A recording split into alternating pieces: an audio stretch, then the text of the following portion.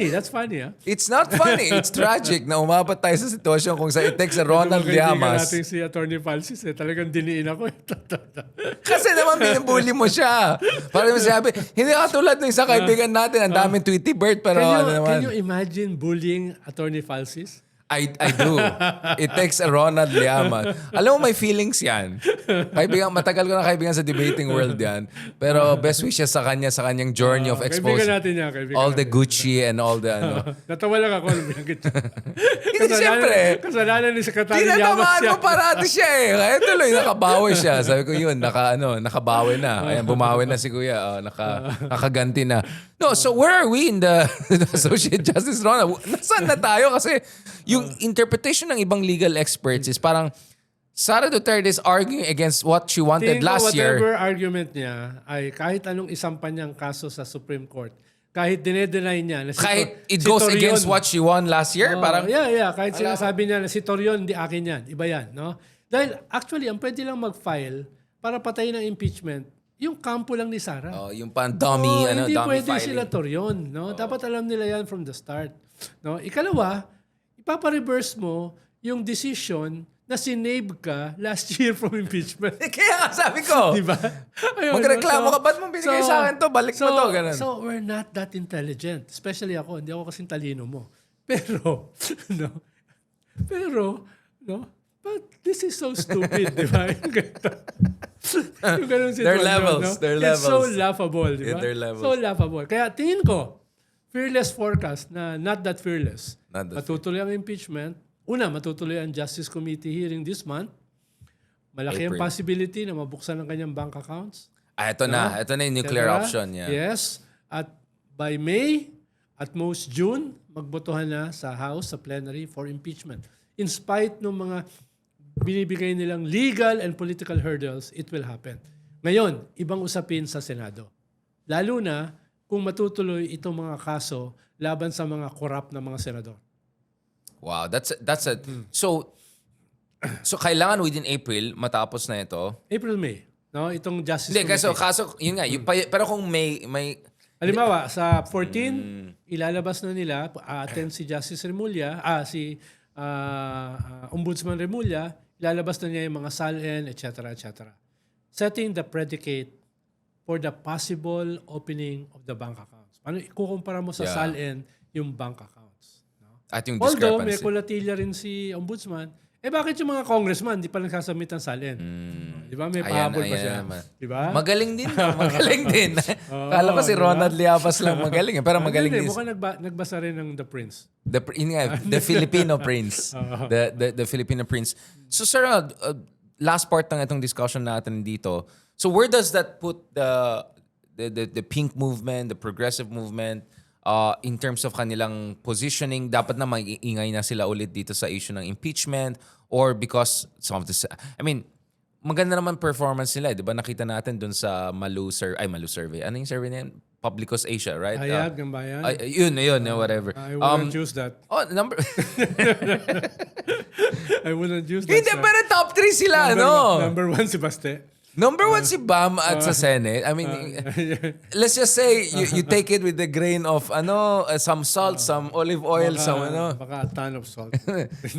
But Bam and Risa and Kiko are top 3? Hindi. Yung sinasabi ko, yung survey for 2028. Yeah. Ba sila Basta ng number 1 for si Senate. Baste, Well, I mean, I've given up na after seeing Trump winning again. Sabi, anything is possible in this world. So, these surveys.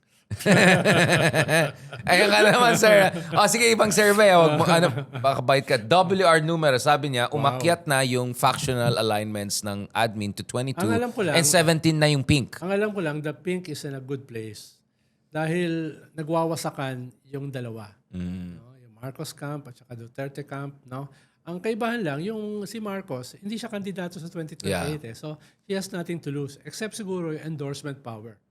Mas si Sara ang tatamaan. Dahil kandidato siya. Yeah. No? Kumpara sa dalawa. Pero, pareha silang nadadamage. Anti-corruption, anti-impunity, anti-dynasty, geopolitics. Diyan makakapasok yung third pole. The pink pole. No? At before na walang leader na tumatayo No? Tingin ko in the next few months, baka makakita tayo ng unity Unipink. in terms of a pink leader na mag-harness nitong outrage against corruption, against impunity, no? Against China, mag-harness nitong anti-dynasty sentiment ng mga tao at will try to level up yung kabataan katulad na nangyari ng midterm election. No? Going into 2028. Kaya ako mas optimistic. Kaya nga yung column ko nung Sunday sa Philippine Right. Star, yung rival ng iyong newspaper, no, ay No. You are rival to us because we set the tone. dinikit ko yung usapin ng Resurrection Sunday Yeah. sa political resurrection Right. ng isang third pole. So what we are looking at is the unfolding of a third pole. No? Hindi puwersa ng kadiliman, hindi puwersa ng kasamaan, according to ex-human rights lawyer Harry Roque, no? Kundi something much I almost forgot about Harry Roque until na nagbagyo ako the other day. Sabi, hindi ba yun yung bahay daw ni Harry Roque? Tapos hindi niya bagay. What happened to Harry Roque, by the way? Parang hindi na siya relevant. Wala na siya sa... hindi rin siya pinapansin ng mga DDS. DDS, no? Nasa Austria siya, di ba? Mukhang nagkamali siya, ibang faction yung kanyang sinalihan. Not no? losing faction Oo. of a losing team. Yes. So, tingin ko ay hintayin ang susunod na kabanata. Ayan ang gusto ko But sa'yo. ang tingin ko ay things are moving very positively para sa pink in the next 2 to 3 months. And huling tanong dito sa issue na yan, Sir Ronald. Before you go to your 2nd out of 7 podcast, because I'll catch up with you on your 6th podcast later before your 7th podcast. Kaibigan mo naman yung susunod. Parang tayo, yung iba nagtatanong, parang kayo lang nag-uusap na nagro-rotate lang. Pero ikaw lang ang pakyaw. Grabe Dahil ka pa naman. nagpo-podcast ka, 2, 3 at the same time. Kailan ako nakakita ng ganung podcast. Kaya nakalimutan ko, wait lang. 3 episode at the same time. Ano ulit yung pangalan ng podcast ko? Buti nga ngayon, wala ikatlo. So what are the attributes, Sir Ronald, we're looking in this Unipink presidential ball or presidential candidate, or at least a potential anchor for transformation? Walang track record ng corruption, no? Walang hindi dynasty, no? Hindi mamamatay tao, and the opposite of the tokhang of the previous government, no? Malinaw yung kanyang geopolitics, merong management skill, can build a team. Yan. You Yun can ang gusto ko. govern, Yun. no? Because it's not just the presidency, the president, it's the presidency. The presidency is a team. The president is one person. So, dapat mag-complement yung dalawa. Kailangan magbuo siya ng magandang team. Na katulad niya ay magagaling in terms of particular aspects ng governance, pero at the same time, walang track record ng corruption. At malinaw yung position against impunity at saka dynasties. Tingin ko, yan yung mag-unfold as a third pole. You work for the last reformist president we had, President Pinoy, God Yes. bless his soul. I mean, he had his own imperfections. We discussed But that. he's now getting missed. But now he's double missed, right? Yeah, Including yung presyo ng langis and everything he did for energy security ng ating bansa. And kudos to the to your administration for that. Anong mga katangian na hinahanap mo sa susunod na presidente na may overlap kay Pinoy but also goes beyond Pinoy?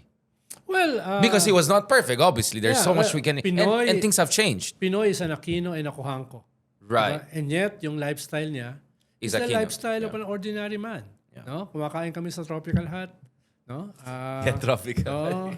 Naglalaro kami ng games. No?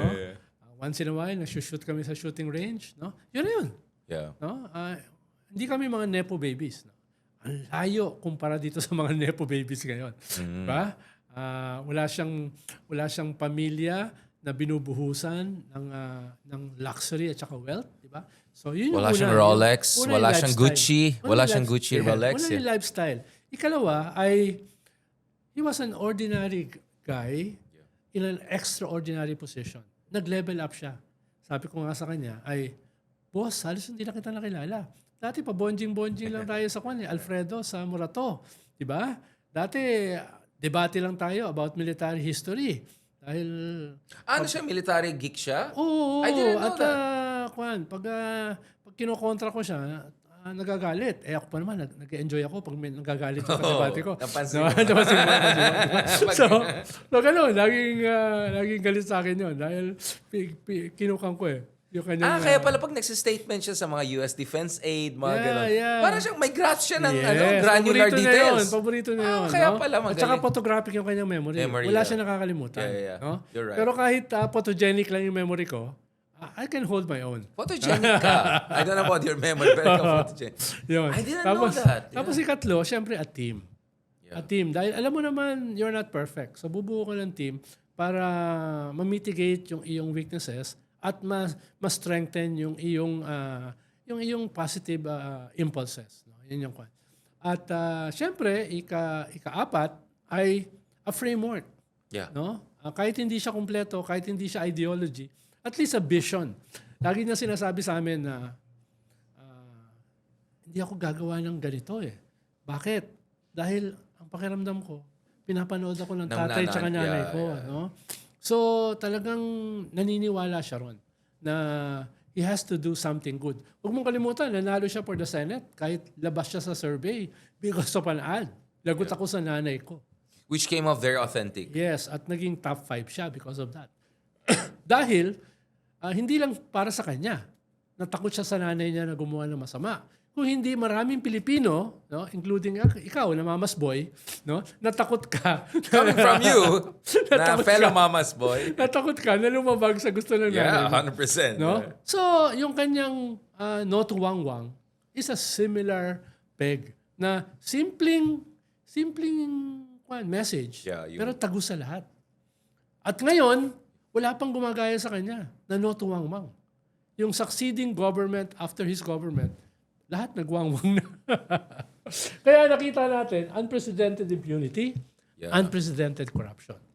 At anong dapat meron sa susunod na presidente given the different conditions compared noon and the fact that so much has happened after Pinoy that Naku, mas reversed mahirap. democratic. Yun nga, mas yung mahirap eh. challenges, no? Mas Exactly, mahirap. mas lumala. Kaya kinakailangan niya talaga ng isang team. Dahil wala akong nakikita on the horizon na isang leader na kayang solusyonan itong mga problema natin. But we shouldn't think that way, right? Na one man, one woman can solve all Pero mga problems. Pilipino kasi personality-centered eh. Yeah. So naghahanap sila ng isang one great leader. So unti-unti ay ma-realize ng mga Pilipino, it's a team. It's a presidency, not just a president. Yeah. Pero you have to start with a leader. At tingin ko, that leader is coming.